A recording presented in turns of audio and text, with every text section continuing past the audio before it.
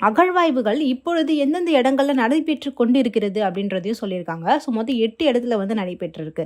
அது எந்த இடம், எந்த மாவட்டத்துல இருக்கு, ஸோ எத்தனாவது கட்ட அகழ்வாய்வு நடக்குது அப்படின்றத நம்ம டீட்டெயிலா குடுத்துருக்கோம். ஸோ அப்ப அது ஒண்ணு ஒண்ணா பார்க்கலாமா?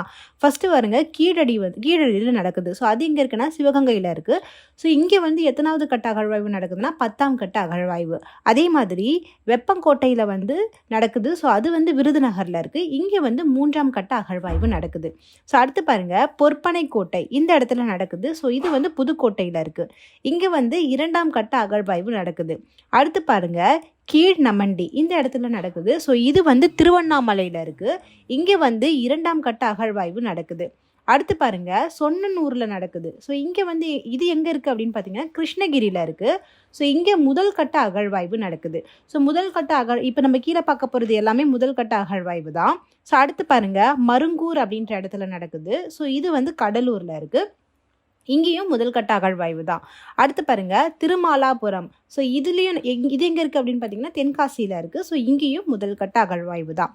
ஸோ அடுத்து பாருங்க கொங்கல் நகரம் இது வந்து திருப்பூரில் இருக்குது. ஸோ இந்த இடத்துலையும் முதல் கட்ட அகழ்வாய்வு தான் நடக்குது. ஸோ இது எல்லாமே வந்து ரொம்ப கவனமாக படிச்சுக்கோங்க. இது எல்லாமே பொறுத்துக்களை கேட்குறதுக்கு அதிகபட்ச வாய்ப்பு இருக்குது. ஏன்னா இதுக்கு முன்னாடி நம்ம இப்போ போன குரூப் 1 எக்ஸாமில் இதே மாதிரி அகழ்வாய்வுகள் சம்மந்தப்பட்ட பொறுத்துக வந்து கேட்டிருந்தாங்க. ஸோ எந்த இடத்துல எந்த மாவட்டத்தில் நடக்குது அப்படின்றத வந்து கேட்குறதுக்கும் நிறைய வாய்ப்பு இருக்குது. ஸோ இதெல்லாமே நல்லா